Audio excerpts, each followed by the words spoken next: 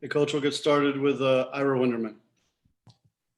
Erik, it seemed just like an afternoon of counter-punching throughout until you guys finally made a stand. Jimmy stepping up at the end, your defense stepping up at the end. Is that sort of what it felt like? And you always talk about how sometimes when you win a game a certain way, it means a little bit more when you stay in the fight. If you could sort of sum that up, please. Yeah, this was a game that we were going to have to win in the mud.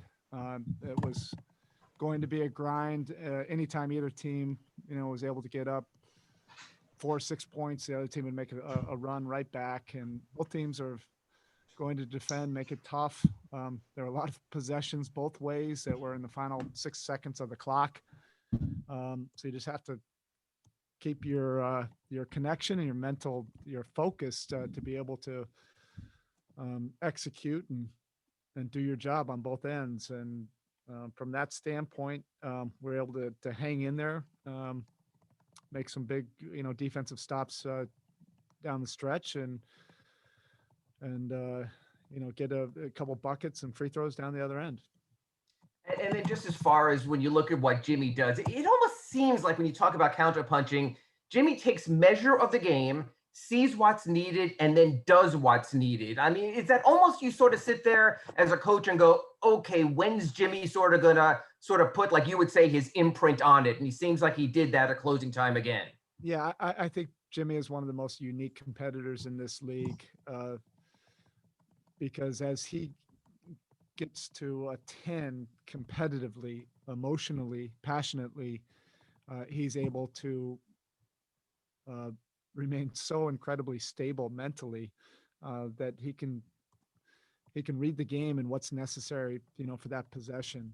And it doesn't have to just be about him scoring. But he made some big defensive plays. And then, when you have a guy you can just give the ball to on the other end, and you know that you're going to get a coherent possession offensively, it just takes a lot of pressure off your basketball team mentally.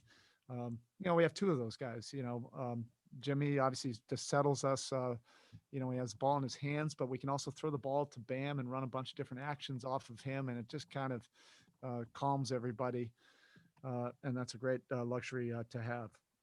And then my last question regarding the lineup, being able to, take sort of a guy who's relatively cold in Kendrick Nunn, put him in the starting lineup. It also allowed you to maintain your rotations. And it seems Tyler's getting very comfortable in that 6th man type of role. So how important was it that Kendrick stepped up early like he did? And how important is it that Tyler seems to be really fitting in nicely in that 6th man role? Thank you. Yeah, it's whatever really is necessary. It's familiar having Kendrick basically or Kanon in that lineup. We did that for large parts of the season last year. And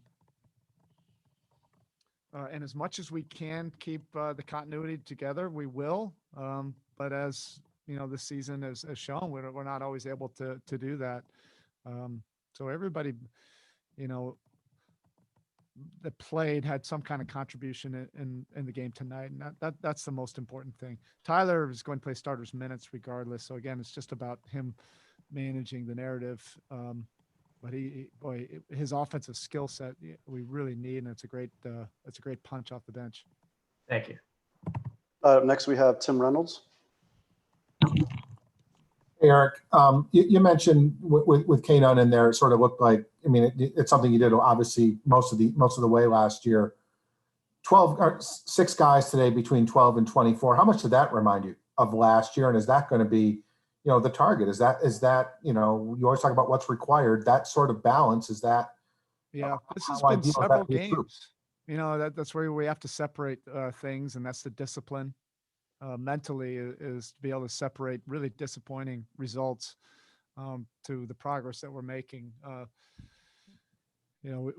Our offense has been trending, since Jimmy's been back, it's been trending the right way. You see a lot more familiar possessions where there's ball movement, more guys involved. Our driving, attacking game is much more consistent.